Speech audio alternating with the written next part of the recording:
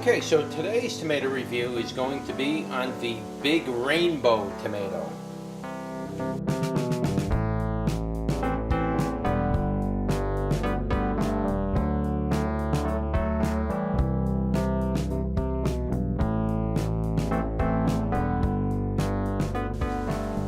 Alright, so let's take a closer look at the big rainbow. I only got one that's worth showing. The others are either green or they're bug damaged, and I really don't want to present those as a good tomato. I may not even do reviews on these tomatoes. Right here you can see that they got the spots on them from the blight that you get outdoors, and you can see I'm not even probably going to do those tomatoes. Unfortunately, I might do it with this one, but the other tomatoes are getting similar problems. They're getting spots on them like this, and you can see there's speckles on it forming. It's just, this year was a mold year.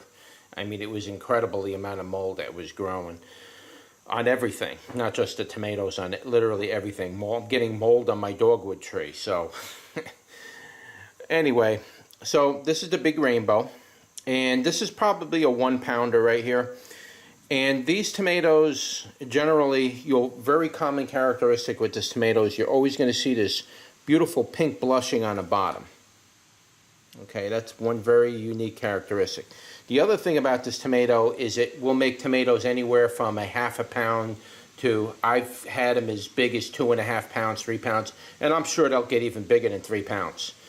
And 3 pounds isn't out of the ordinary. That's, you know, that your chances of getting a 3-pound tomato out of this particular variety is probably an 80% chance. So it's very likely you're going to get it. Now, if you're going to have problems with your soil like I did, and your plant's not really growing well, you're getting hit hard with insects, you're getting hit hard with blight and other fungi, yeah, you're going to have problems. Nothing's really going to develop. But if you can control all that other stuff, you'll be getting 3-pound tomatoes out of this plant, no problem, and more than one. It'll put out like, I don't know, 5, 6 per plant, huge ones, and then you're going to get all the smaller ones as well with that as well. So anyway, so that's what it looks like. These are generally a beefsteak tomato. Some people refer to these as ugly tomatoes. I wouldn't really consider it an ugly tomato, but I have seen this tomato form ridges like an ugly tomato, and it's very close on this one. You can see some of these ridges are very prominent with it.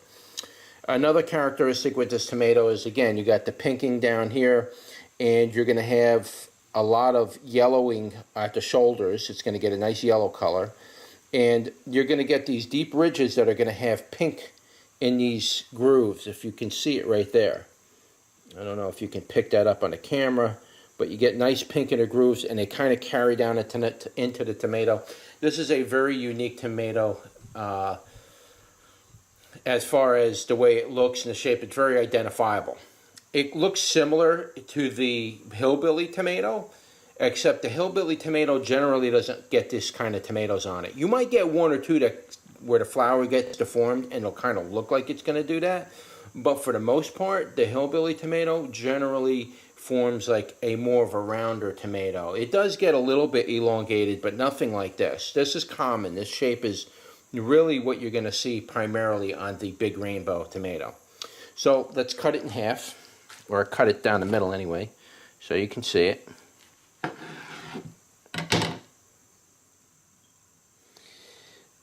And this is what it looks like on the inside.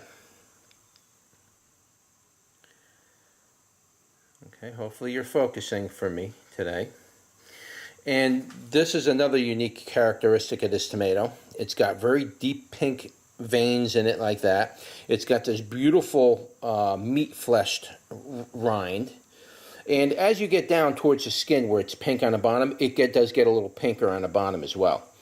The seeds are generally firmly attached to the rind. You normally don't have a problem with it. I'm noticing on my tomatoes I'm getting a little bit of hollowness in here. I don't know if this is just because I cut it. No, they're pretty firmly attached. And you can see how the seed chambers are in this tomato. They're kind of all over the place, you know. But generally in the center of this tomato, it's going to be very meaty. I've made sauce with this, and it makes a fantastic sauce. I mixed the big rainbow with the Kellogg's tomato, and I would throw in some of the Everglade tomatoes and I would just make a nice blend of tomato sauce. It was absolutely phenomenal. But I've also made this tomato by itself with just tomato sauce to see what it tastes like, and it made a very nice tomato sauce. It doesn't get necessarily red. It does get like a yellow color or an orange color sauce, which is pretty unique if you're going to make pizza or serve spaghetti and you want to serve something that looks a little different. This is definitely a tomato that you would get a different look from. And the fact that it's making 1 pound tomatoes plus 1+ pound tomatoes, you can make a pot of sauce very quickly with a few tomatoes. It doesn't take much for this tomato to make sauce. So there is wilding in the rind. You probably can't see it, like around the edges here, a little bit there. And you see the wilding in the center. So that's a good sign. This is a natural heirloom. Now this seed came from the seed pack this year. This isn't a F2 or F3 or anything like that, third or fourth generation seed from me. This is directly from the seed pack itself. And I have been growing this tomato. This is one of the first tomatoes that I bought when I moved up here, and that was about 9 years ago, 8, 9 years ago. This is one of the first tomatoes that I bought. So I've been growing it for a long time, and for the most part, it grows pretty healthy, pretty strong, always produces good, healthy tomatoes, but you do get off years with all tomatoes, and I've had off years with this. And this is kind of an off year for me because I didn't really get that many of these tomatoes. I've got maybe about 6 tomatoes altogether out of like 4 plants. So I really didn't get that many tomatoes, but I really didn't do good with all my tomatoes. It was just a real off tomato year. So let's take a bite and let's get into this. Wow, very sweet this year. Very, very sweet. Very, very, very sweet. I'm going to take another bite in a second. This is the kind of tomato. If you ever want to try something unique, you cut open your peppers, your hot peppers, you chop them up with your knife. Cut your tomatoes up with that same knife that you're chopping your hot peppers up with. And put a little salt on that tomato. It makes it kind of warm, but it gives it that hot pepper taste, especially when you do like peppers like I do. The scorpions, the reapers, and those kind of things, the buchalocas. You cut those up, and then you start cutting your tomatoes up with it. That way, you're not getting the whole pepper, but you're getting some of the oil on the tomato as you eat it. And you put a little salt on that. Guys, that is absolutely the best thing. I love doing that, actually. But this tomato right now, I'm going to take another bite, but right now, this tomato is very sweet. So my palate's now adjusted. Let's take another bite. I can't believe I didn't get that many tomatoes off of this. This tomato turned out to be a fabulous tomato this year. The taste of it is exquisite. It's got a nice, rich, sweet flavor right out the gate. And then it has a pretty good amount of tangy, but not overly tangy. So the tangy is probably somewhere, I'd probably say around 30 on the tangy, and the sweetness is like a 35.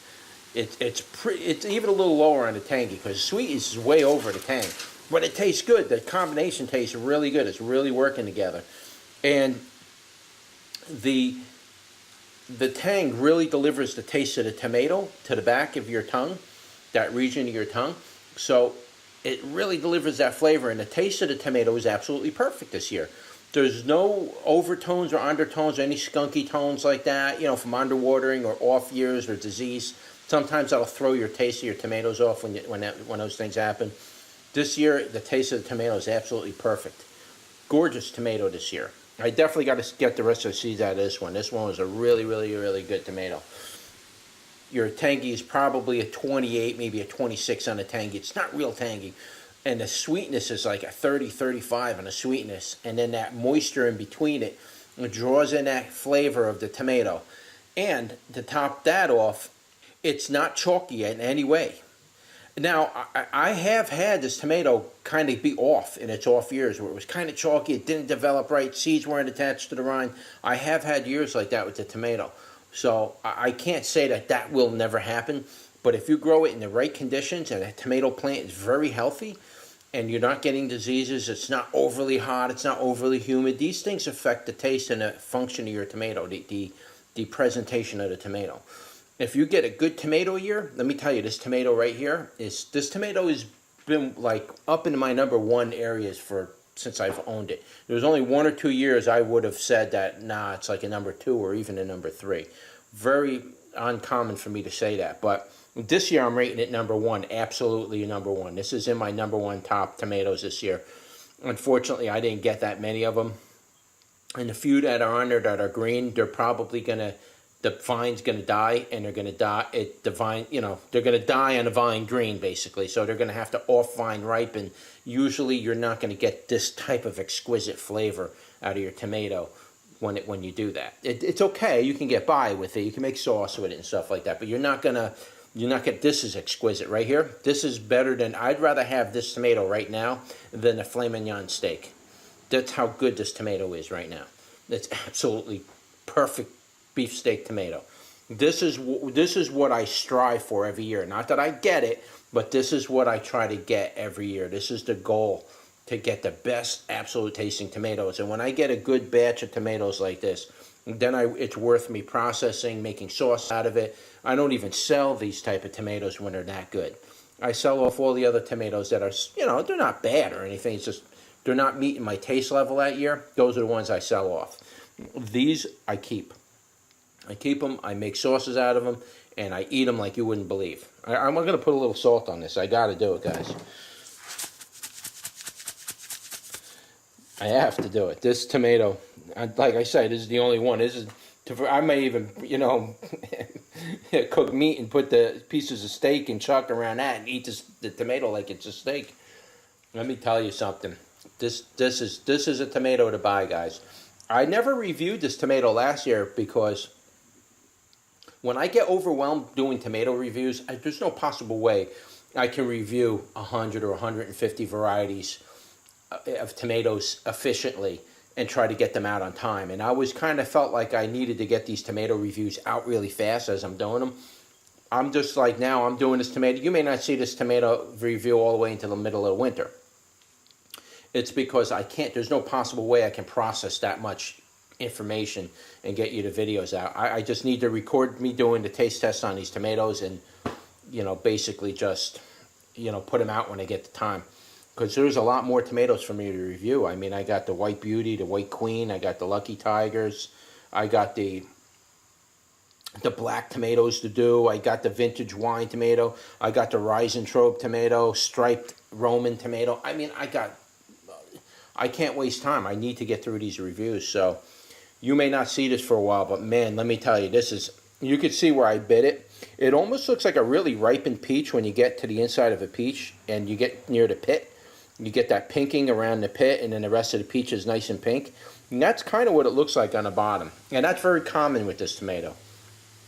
I definitely highly recommend the Big Rainbow tomato. I would say if you were going to buy a choice between the Big Rainbow or the Hillbilly tomato, because they're very similar, and you were like, oh, I don't know which one, I would say get the Big Rainbow.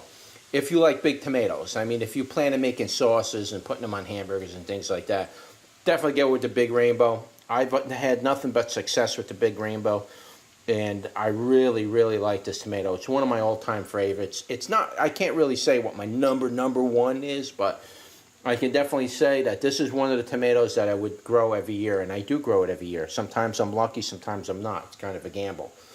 So definitely recommend this tomato. I will leave links in the description below for Amazon, and you can check out what's going on over there. If you want to purchase seeds, you can do that as well. And that's it. That's my this is gonna rate as a #1 tomato for this year. All right. So if you like this video, don't forget to like, share, and subscribe. And I will see you on the next one. Take care.